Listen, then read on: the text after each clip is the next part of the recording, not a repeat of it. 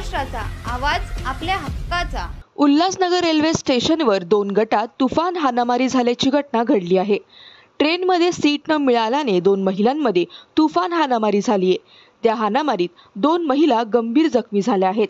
सोमवारी रात्री 9:30 ते 10:30च्या सुमारास 2 महिला गोरेगावहून उल्हासनगरकडे येत होत्या।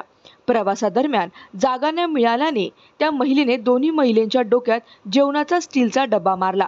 उल्हासनगर रेल्वे स्टेशनच्या प्लॅटफॉर्म क्रमांक 1 वर 2 महिलांसोबत हाणामारी झाली। या मारामारीत दोन्ही महिलांना दुखापत झाली असून त्यांना मध्यवर्ती रुग्णालयात उपचारासाठी दाखल करण्यात आले आहे। पुढील तपास पोलीस करत आहेत। तुमच्या परिसरातील काही घडामोडी किंवा समस्या असतील तर आमच्या वृत्तवाहिनीला संपर्क करा आणि तसेच सतत अपडेट राहण्यासाठी आमच्या वृत्तवाहिनीला सबस्क्राइब करा आणि बेल आयकॉन दाबायला विसरू नका।